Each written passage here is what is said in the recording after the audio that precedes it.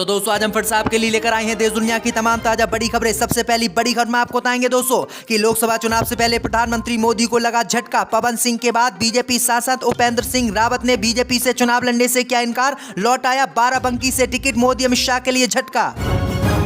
प्रधानमंत्री मोदी के राम मंदिर के उद्घाटन का विरोध करने वाले शंकराचार्यों ने मोदी सरकार के खिलाफ फिर से खोला मोर्चा। गाय को राष्ट्रीय पशु घोषित करने के लिए 10 मार्च को भारत बंद का किया ऐलान। मोदी अमित शाह की बढ़ गई चिंता। प्रधानमंत्री मोदी पर विवादित टिप्पणी करने वाले लालू प्रसाद यादव पर पटना में बीजेपी ने दर्ज कराई एफआईआर। मोदी को बताया था नपुंसक।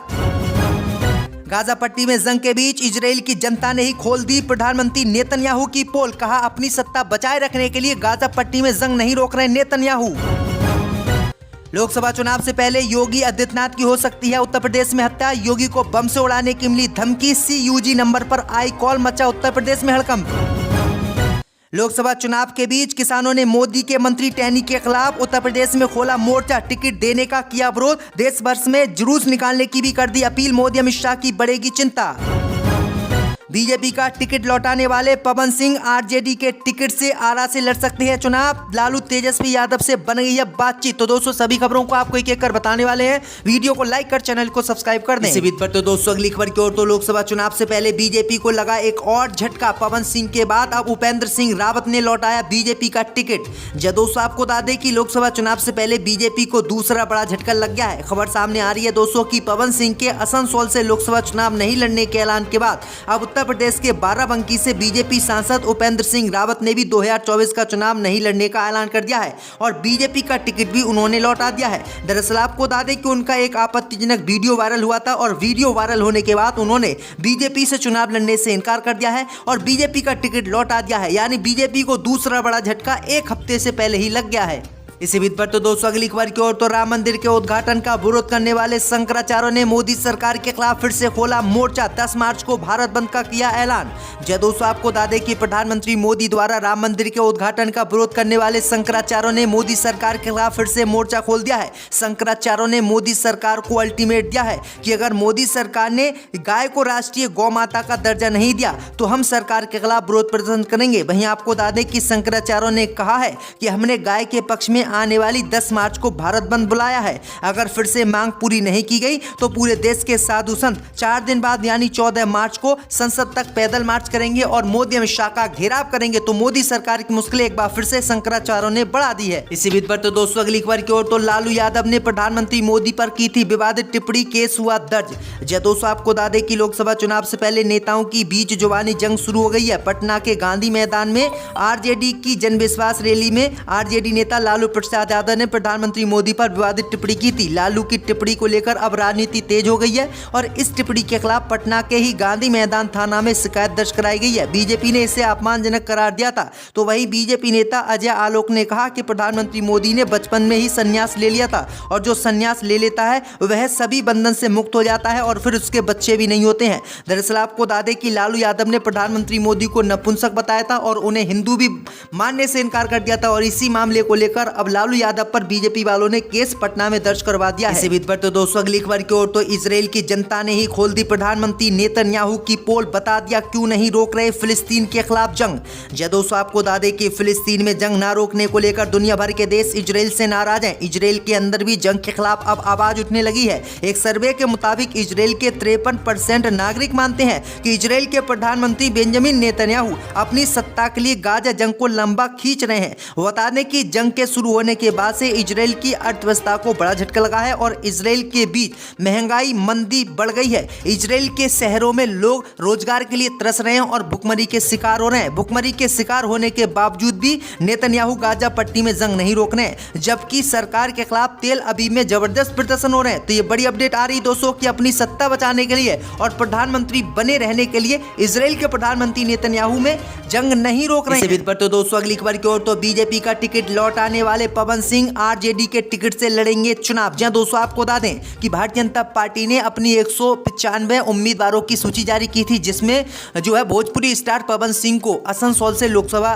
सीट पर उम्मीदवार बनाया था, लेकिन उन्होंने अचानक ही चुनाव लड़ने से बीजेपी के टिकट पर इनकार कर दिया था। अब खबर सामने निकल कर आई दोस्तों कि अब पवन सिंह बीजेपी का टिकट लौटाने के बाद आरजेडी के टिकट से चुनाव लड़ सकते हैं। दरअसल आपको बता दें कि खबर ये सामने आ रही है दोस्तों कि पवन सिंह बंगाली भाषा में कुछ गलत सलत गाने बनाते थे और इसी कारण उन्होंने बंगाल से चुनाव लड़ने से इनकार किया है। सूत्रों के अनुसार अब खबर सामने आ रही है दोस्तों कि पवन सिंह राजद के टिकट से आरा लोकसभा सीट से चुनाव लड़ने वाले हैं। तो ये बड़ी अपडेट आ रही है दोस्तों कि पवन सिंह अब आरजेडी के टिकट पर चुनाव लड़ेंगे। बीजेपी का टिकट उन्होंने वापस करवा दिया। इसी पर तो दोस्तों अगली खबर की ओर तो लोकसभा चुनाव से पहले योगी आदित्यनाथ की हो सकती है हत्या, योगी को बम से उड़ाने की मिली धमकी।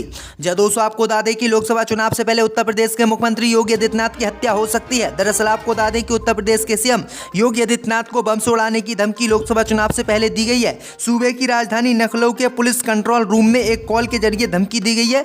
इसके बाद प्रशासन के होश उड़ गए हैं। ये कॉल पुलिस कंट्रोल रूम के CUG नंबर पर आया है। इसके बाद कंट्रोल रूम में तैनात पुलिसकर्मी ने उधम सिंह की तहरीर पर मुकदमा दर्ज कर लिया है। फिलहाल पुलिस मामले की जांच पड़ताल में जुटी हुई है। पुलिस कंट्रोल रूम पर एक अज्ञात व्यक्ति ने फोन करके ये धमकी दी है। तो ये बड़ी अपडेट आई दोस्तों कि योगी आदित्यनाथ की कभी भी हत्या लोकसभा चुनाव से पहले हो सकती है। इसी पर तो दोस्तों अगली खबर की ओर तो लोकसभा चुनाव से पहले बीजेपी से बड़ी खबर, पार्टी अध्यक्ष JP नड्डा ने राज्यसभा सीट से दिया इस्तीफा। जी दोस्तों आपको बता दें कि बीजेपी ने जब से लोकसभा उम्मीदवारों की लिस्ट जारी की है तब से बीजेपी में घमासान मचा हुआ है और लगातार लोग अपनी पार्टी के टिकट को ठुकराए। अब खबर सामने निकल कर आई दोस्तों कि बीजेपी के राष्ट्रीय अध्यक्ष JP नड्डा ने राज्यसभा से इस्तीफा दे दिया है। आपको बता दें कि बीजेपी अध्यक्ष ने हिमाचल सीट से इस्तीफा दिया है जबकि गुजरात सीट पर राज्यसभा सांसद बने रहेंगे। दरअसल आपको बता दें कि इसकी जानकारी उन्होंने ही दी है। इसी पर तो दोस्तों अगली खबर की ओर तो किसान आंदोलन को लेकर सख्त हुआ सुप्रीम कोर्ट। जी दोस्तों आपको बता दें कि किसान आंदोलन को लेकर दाखिल याचिका पर सुप्रीम कोर्ट ने सुनवाई से इनकार कर दिया है। पंजाब और हरियाणा हाई कोर्ट में इस आस की याचिका पर सुनवाई निलंबित होने की वजह से सुप्रीम कोर्ट ने इस पर इनकार कर दिया है।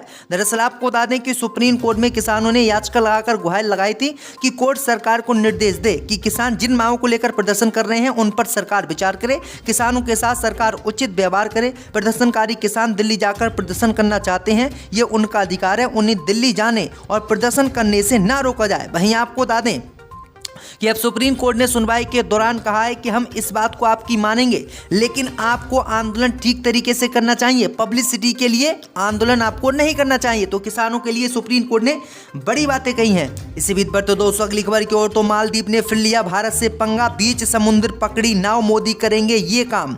जी दोस्तों आपको बता दें कि मालदीव और भारत के बीच के रिश्ते लगातार बिगड़ते जा रहे हैं। पहले भारतीय सैनिकों को लेकर मालदीव की सरकार ने विवाद किया था और फिर वहां कुछ मंत्रियों ने प्रधानमंत्री मोदी के लक्षद्वीप दौरे का मुद्दा बनाया था। एक बार फिर मालदीव ने कुछ ऐसा कर दिया है जिससे मोदी सरकार में विवाद बढ़ गया है। मालदीव ने नेशनल डिफेंस फोर्स ने मालदीव एक्सक्लूसिव इकोनॉमिक जोन के अंदर अवैध रूप से मछली पकड़ने के आरोप में एक भारतीय नाव को पकड़ा है। नाव को शनिवार को ही जो है द्वीप पर ले जाया गया है जिसमें 13 मील अंदर बताया गया है। नाव की जब्ती की जानकारी जो है मालदीव की सरकार ने दी है। तो ये बड़ी अपडेट आई दोस्तों कि भारत पर ये बड़ी कार्रवाई मालदीव ने फिर से कर दी है। भारत और मालदीव के रिश्ते लगातार बेकार होते जा रहे हैं। इसी बीच पर तो दोस्तों अगली खबर की ओर तो किसानों ने मोदी के मंत्री टैनी के खिलाफ खोला मोर्चा, टिकट देने का विरोध किया, देश भर में जुलूस निकालने की कर दी अपील, मोदी सरकार की खटिया होगी खड़ी।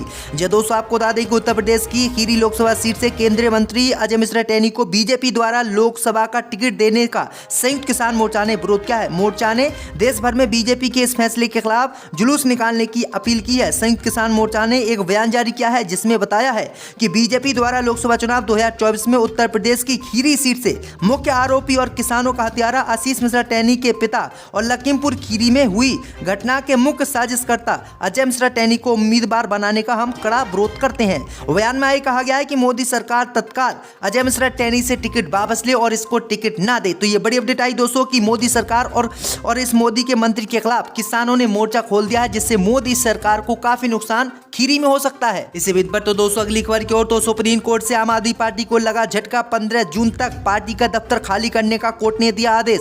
जी दोस्तों आपको बता दें कि सुप्रीम कोर्ट ने आम आदमी पार्टी को अपना दफ्तर खाली करने को कहा है। हालांकि कोर्ट ने चुनाव के मद्देनजर 15 जून तक की मोहलत आम आदमी पार्टी को दे दी है। दरअसल आपको बता दें कि आम आदमी पार्टी के खिलाफ शिकायत की गई थी कि उनका दफ्तर राउज एवेन्यू कोर्ट को आवंटित जमीन पर बना है। इस मामले में हाई कोर्ट ने भी सख्त नाराजगी जाहिर करते हुए दफ्तर खाली करने को कहा था। इस फैसले के खिलाफ आम आदमी पार्टी सुप्रीम कोर्ट गई थी और अब सुप्रीम कोर्ट ने भी दफ्तर खाली करने के लिए कहा है। साथ ही कोर्ट ने कहा है कि आपको नए दफ्तर के लिए सरकार को आवेदन दे सकती है। कोर्ट ने यह भी कहा है कि संबंधित विभाग आपके आवेदन पर 4 सप्ताह में फैसला लेगा। कोर्ट ने साफ किया है कि जमीन पहले से कोर्ट को आवंटित थी। उस भूमि पर हाई कोर्ट के कर्मचारियों का आवासीय परिसर बनना है, वहां पार्टी का दफ्तर नहीं चला सकते। तो ये बड़ी अपडेट आई दोस्तों कि कोर्ट ने काफी नाराजगी जताई है।